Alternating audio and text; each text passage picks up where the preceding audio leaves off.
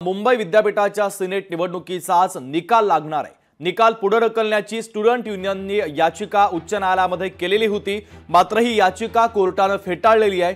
मुंबई विद्यापीठाला अखेर 2 वर्षांनंतर विद्यार्थी प्रतिनिधी मिळणार आहे। तर मुंबई विद्यापीठाच्या अधिसभेसाठीची मतदान प्रक्रिया पार पडलेली आहे। त्यामुळे आता मतमोजणीला आणि त्यानंतर जाहीर होणाऱ्या निकालाला स्थगिती देण्याचा प्रश्नच उद्भवत नाही, असं कोर्टाने स्पष्ट केलेलं आहे। तर ठरल्याप्रमाणे आज मतमोजणी झाल्यानंतर निकाल जाहीर करण्याचे आदेश देखील कोर्टाने दिलेले आहेत।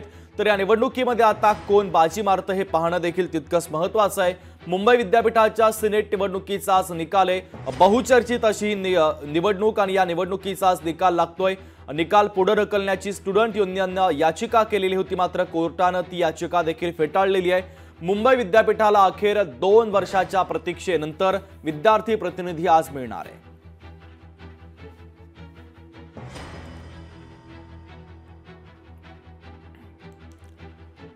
तर महत्त्वाची बातमी आपण पाहतोय, मुंबई विद्यापीठाच्या सिनेट निवडणुकीचा आज निकाल लागणार आहे। आपले प्रतिनिधी स्वप्नील जाधव आपल्याशी जोडले जात आहेत, त्यांच्याकडून अधिकची अपडेट घेऊया।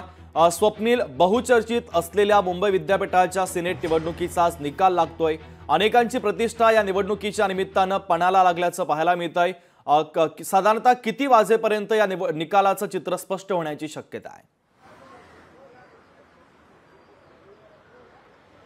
शुभम, नक्कीच बहुचर्चित आणि बहुप्रतीक्षित असा हा निकाल असणाऱ्या निवडणूक सुद्धा असणार आहे। कारण सिनेट निवडणूक ही रद्द करण्यात आली होती, पुन्हा ती अनाउन्स करण्यात आली, पुन्हा रद्द करण्यात आली। आता तिचं निवडणूक पार पडलेली आहे, मात्र आज निकाल लागणार आहे। मतमोजणी ही मुंबई विद्यापीठामध्ये होणार आहे। सकाळी 9 पासून ते संध्याकाळी 7 पर्यंत ही मतमोजणी असणार आहे। दुपारी 4 नंतर खरं तर कल हाती येतील आणि एकूणच सिनेटमध्ये कोण विजयी होतंय याकडे नक्कीच लक्ष आहे। मात्र 4 नंतर ह्या विजयाचे कल हाती येताना पाहायला मिळतील। थेट लढत ही युवा सेना विरुद्ध एबीव्हीपी अशी आहे। भाजपकडून या ठिकाणी कोणताही उमेदवार देण्यात आला नसला तरी एबीव्हीपीला पाठिंबा देण्यात आला होता। शिंदे गटाकडून सुद्धा उमेदवार उतरवण्यात आलेले आहेत। छात्र भारतीचे सुद्धा 4 उमेदवार आहेत, तर मनसेकडून 1 अपक्ष उमेदवार आहे। त्यामुळे एकूणच चुरस अशी या निवडणुकीमध्ये पाहायला मिळालेली आहे आणि राजकीय वळण सुद्धा या निवडणुकीला लागलं होतं। मात्र आता खरं तर 9 वाजता या निकालासाठी आपल्याला मतमोजणी ती सुरू होणार आहे। 12 नंतर काही कल येतील।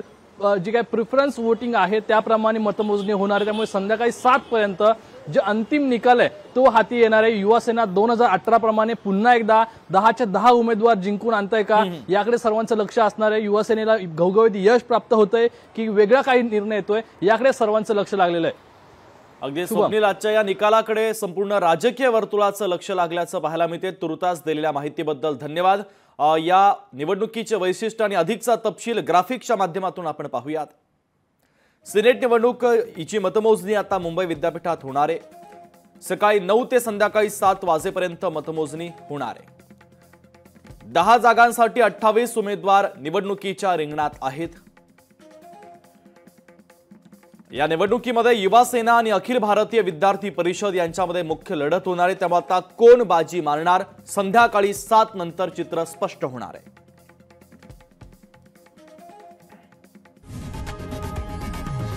लोकशाही मराठी ऐका, पहा, जागरूक रहा।